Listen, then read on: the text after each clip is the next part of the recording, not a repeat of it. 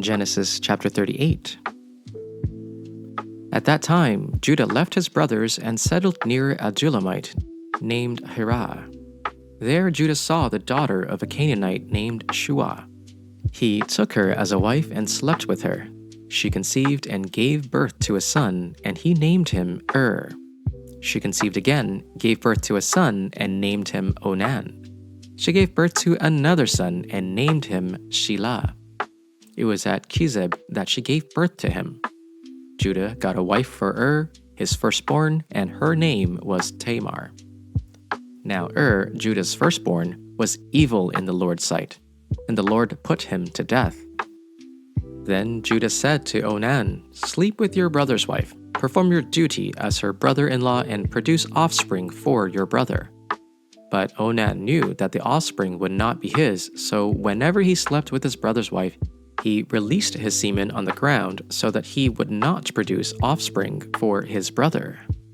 What he did was evil in the Lord's sight, so he put him to death also. Then Judah said to his daughter-in-law Tamar, "Remain a widow in your father's house until my son Shelah grows up." For he thought he might too die like his brothers. So Tamar went to live in her father's house. When Tamar was told, "Your father-in-law is going up to Timnah to shear his sheep," she put off her widow's garment, put on a veil, wrapped herself up, and sat down at the entrance to Enaim, which is on the road to Timnah.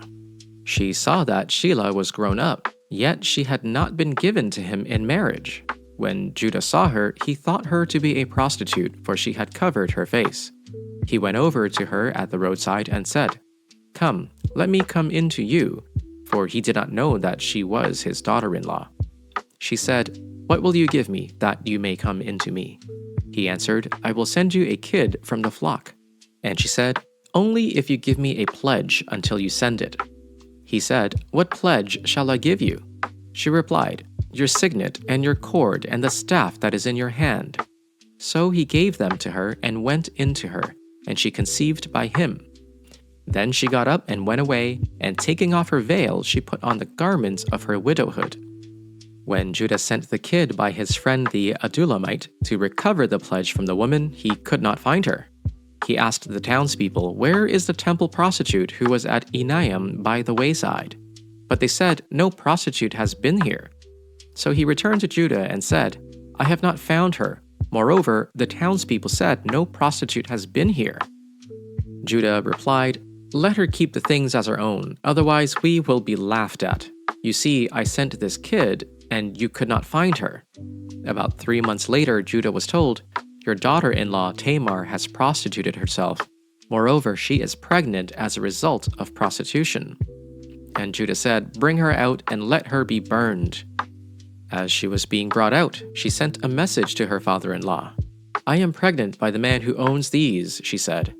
And she added, "See if you recognize whose seal and cord and staff these are." Judah recognized them and said, "She is more righteous than I, since I wouldn't give her to my son Shelah." And he did not sleep with her again. When the time came for her to give birth, there were twin boys in her womb. As she was giving birth, one of them put out his hand, so the midwife took a scarlet thread and tied it on his wrist and said, "This one came out first." But when he drew back his hand, his brother came out, and she said, "So this is how you have broken out." And he was named Perez. Then his brother, who had the scarlet thread on his wrist, came out, and he was named Zerah.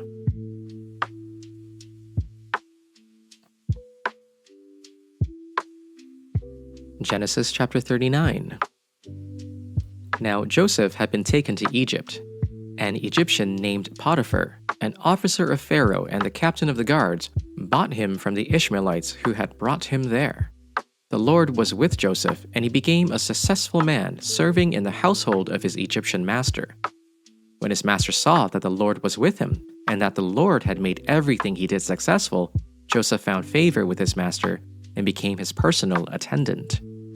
Potiphar also put him in charge of his household and placed all that he owned under his authority.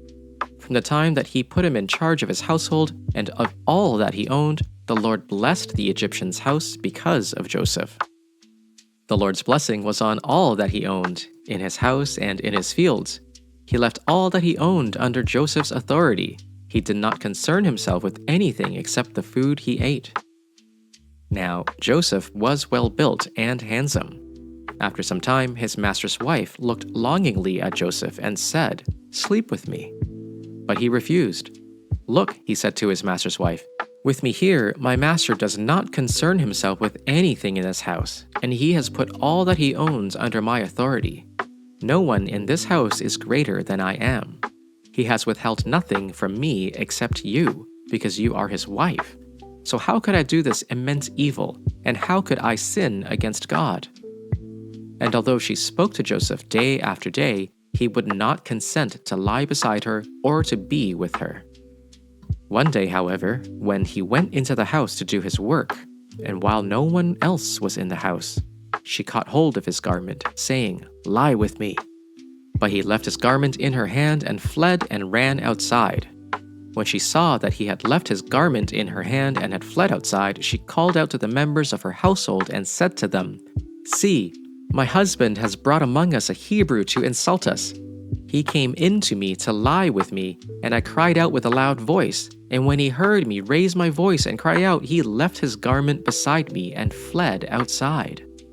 Then she kept his garment by her until his master came home, and she told him the same story, saying, "The Hebrew servant, whom you have brought among us, came in to me to insult me. But as soon as I raised my voice and cried out, he left his garment beside me and fled outside." When his master heard the story his wife told him, saying, "This is how your slave treated me," he burned with anger. Joseph's master took him and put him in prison, the place where the king's prisoners were confined. But while Joseph was there in the prison, the Lord was with him. He showed him kindness and granted him favor in the eyes of the prison warden.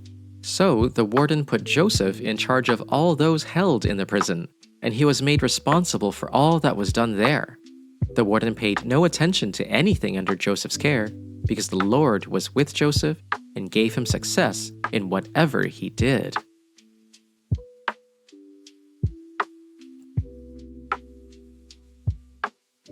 Genesis chapter 40.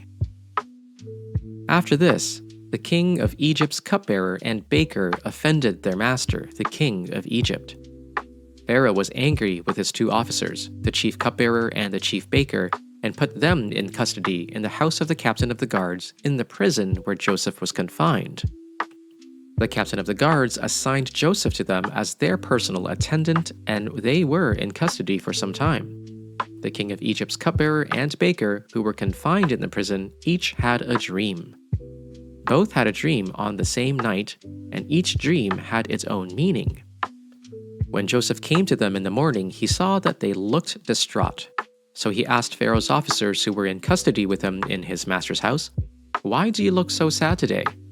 "We had dreams," they said to him, "but there is no one to interpret them."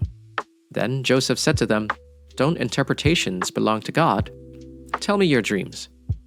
So the chief cupbearer told his dream to Joseph. "In my dream there was a vine in front of me, and on the vine there were 3 branches.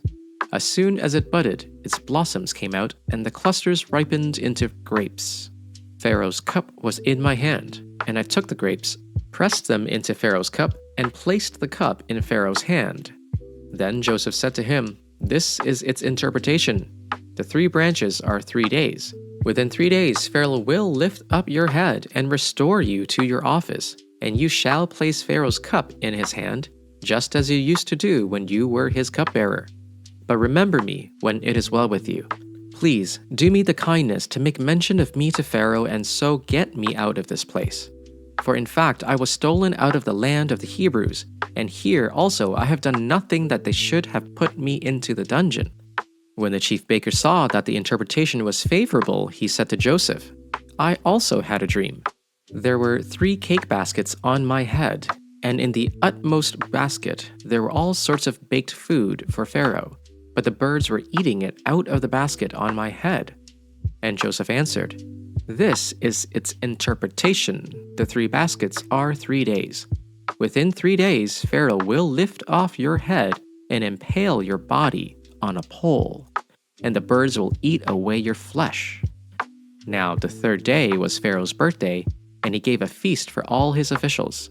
He lifted the heads of the chief cupbearer and the chief baker in the presence of his officials. He restored the chief cupbearer to his position, so that he once again put the cup into Pharaoh's hand. But he impaled the chief baker, just as Joseph had said to them in his interpretation. The chief cupbearer, however, did not remember Joseph.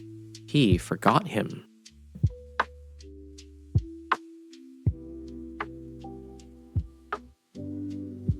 Matthew chapter 12, verse 22. Then they brought to him a demon-possessed man who was blind and unable to speak. He healed him so that the man could both speak and see. All the crowds were astounded and said, "Could this be the son of David?" When the Pharisees heard this, they said, "This man drives out demons only by Beelzebub, the ruler of the demons." Knowing their thoughts, he told them, "Every kingdom divided against itself is headed for destruction, and no city or house divided against itself will stand. If Satan drives out Satan, he is divided against himself. How then will his kingdom stand? If I drive out demons by Beelzebub, by whom do your sons drive them out? For this reason they will be your judges. If I drive out demons by the Spirit of God, then the kingdom of God has come upon you. How can someone enter a strong man's house and steal his possessions unless he first ties up the strong man? Then he can plunder the house. Anyone who is not with me is against me, and anyone who does not gather with me scatters. Therefore I tell you, people will be forgiven every sin and blasphemy, but the blasphemy against the Spirit will not be forgiven. Whoever speaks a word against the Son of Man, it will be forgiven him, but whoever speaks against the Holy Spirit, it will not be forgiven him, either in this age or in the one to come. Either make the tree good, and its fruit will be good, or make the tree bad, and its fruit will be bad. For a tree is known by its fruit. Brood of vipers, how can you speak good things when you are evil? For the mouth speaks from the overflow of the heart. A good person produces good things from his storeroom of good, and an evil person produces evil things from his storeroom of evil. I tell you that on the day of judgment, people will have to account for every careless word they speak. For by your words you will be acquitted, and by your words you will be condemned. Then some of the scribes and Pharisees said to him, "Teacher, we want to see a sign from you." He answered them, "An evil and adulterous generation demands a sign, but no sign will be given to it except the sign of the prophet Jonah. For as Jonah was in the belly of the huge fish 3 days and 3 nights, so the Son of Man will be in the heart of the earth 3 days and 3 nights. The men of Nineveh will stand up at the judgment with this generation and condemn it, for they repented at the preaching of Jonah, and now something greater than Jonah is here. The queen of the south will rise at the judgment with this generation and condemn it, for she came from the ends of the earth to listen to Solomon's wisdom, and now something greater than Solomon is here. When an impure spirit comes out of a person, it goes through arid places, seeking rest and does not find it. Then it says, 'I will return to the house I left.' When it arrives, it finds the house unoccupied, swept clean, and put in order. Then it goes and takes with it 7 other spirits more wicked than itself, and they go in and live there. And the final condition of that person is worse than the first. That is how it will be with this wicked generation." When Jesus was still talking to the crowd, his mother and brothers stood outside, wanting to speak to him. Someone told him, "Your mother and brothers are standing outside, wanting to speak to you." He replied to him, "Who is my mother and who are my brothers?" Pointing to his disciples, he said, "Here are my mother and my brothers. For whoever does the will of my Father in heaven is my brother and sister and mother."